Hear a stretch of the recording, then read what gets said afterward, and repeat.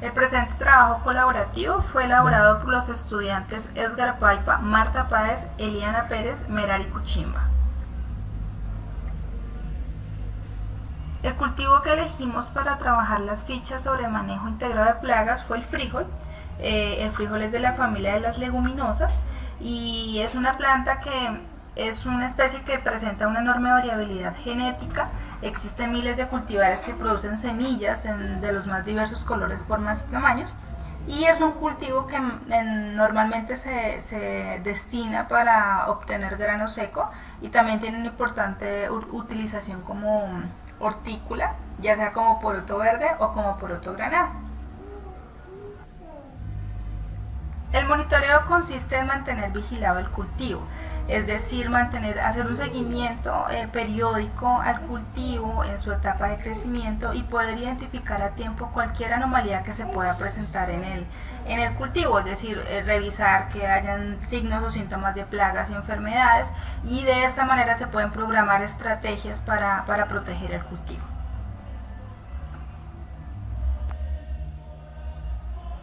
¿Para qué sirve el monitoreo? Bueno, el monitoreo tiene varias, razones de ser, y para este caso es primero de una detección o ausencia del patógeno, estudiar la evolución del patógeno en el cultivo, determinar cuál es el nivel de daño económico que puede presentar, que puede ocasionar, determinar el umbral de daño que le puede llegar a ocasionar a todo un cultivo y establecer el momento oportuno de tratamiento.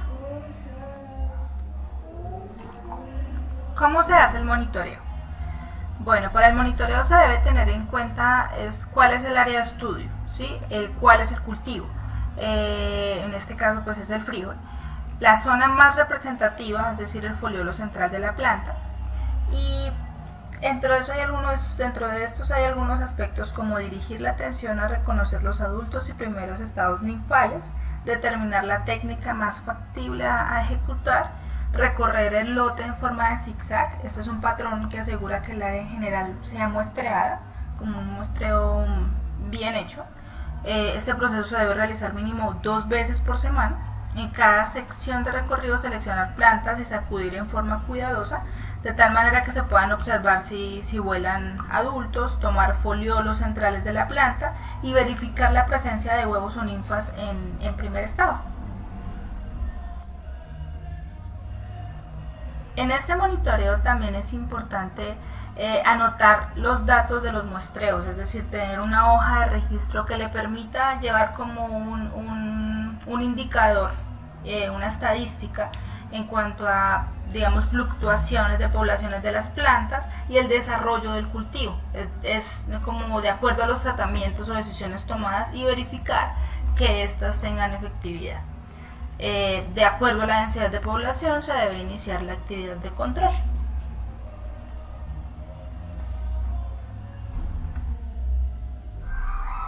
El objetivo del manejo integrado de plantas es mantener un agroecosistema saludable a través de limitar el ataque de las plagas a la planta. En un contexto general, el frijol puede crecer en cualquier tipo de suelo, pero es importante garantizarle su cosecha y el manejo que se le hace a las plagas en este cultivo debe ser, que las plagas que representen riesgos que puedan ocasionar daños ecológicos y económicos relevantes.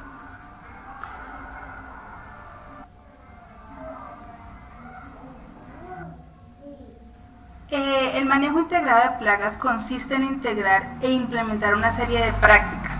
¿Y qué se debe tener en cuenta? Aspectos como beneficios para las plantas, efectividad contra la plaga, que las condiciones del suelo sean favorables y que sus impactos ambientales sean menores y que también sea compatible con otras técnicas de control. Por ejemplo, los controles de tipo biológico, usando aceites para controlar las plagas que se comen las hojas, animalitos como los chinches, que en su etapa de crecimiento actúan como un enemigo natural de los insectos, y controles de tipo mecánico, realizando controles manuales para prevenir la infestación. Culturales, cuando tenemos plantas dentro de los cultivos que nos ayudan a atraer o a alejar insectos que pueden actuar como repelentes. y químico, que el químico tiene pues una condición ya más especial que ahorita la vamos a ver en la siguiente diapositiva. Esto es una consecuencia del impacto negativo que ha ocasionado el uso indiscriminado de insecticidas y plaguicidas, pues en la eliminación de los insectos. Pues dentro de esas está la eliminación de insectos benéficos, aparición de nuevas plagas, intoxicaciones en las personas y residuos químicos en los alimentos y contaminación.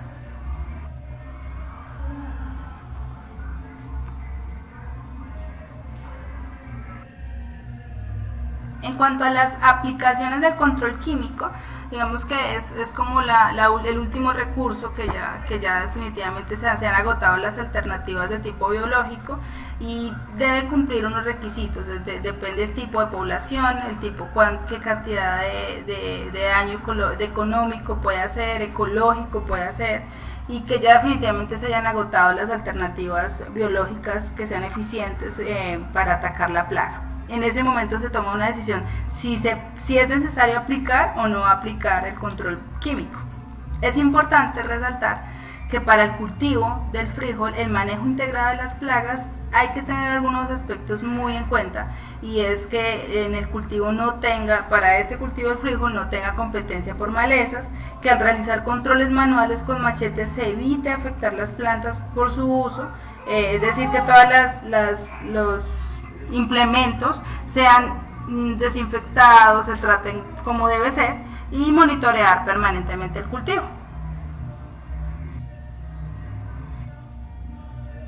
En cuanto al manejo integrado de plagas, tengo la aplicación en el cultivo del frijol. Han habido investigaciones realizadas que han aportado grandes avances en cuanto al control de las plagas que atacan este cultivo, y que de una manera que se pueden neutralizar. El manejo integral de plagas en el cultivo de frijol es efectivo y se puede hacer, es factible en diferentes condiciones agroecológicas que tenga el cultivo.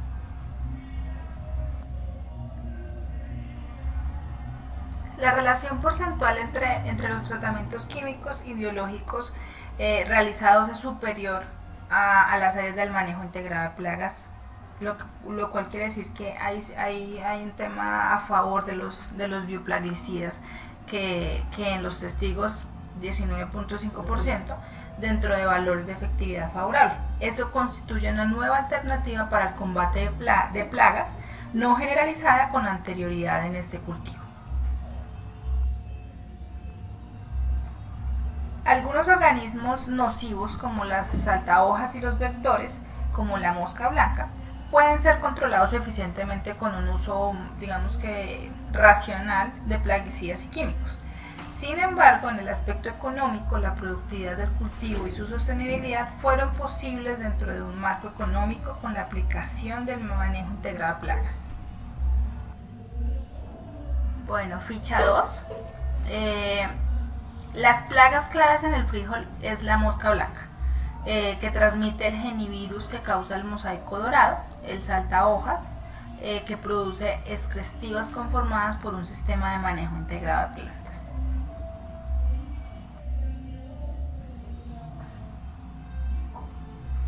Para el control de plagas se utilizaron los productos químicos y biológicos autorizados para su aplicación en el frijol según el Registro Central de Plaguicidas.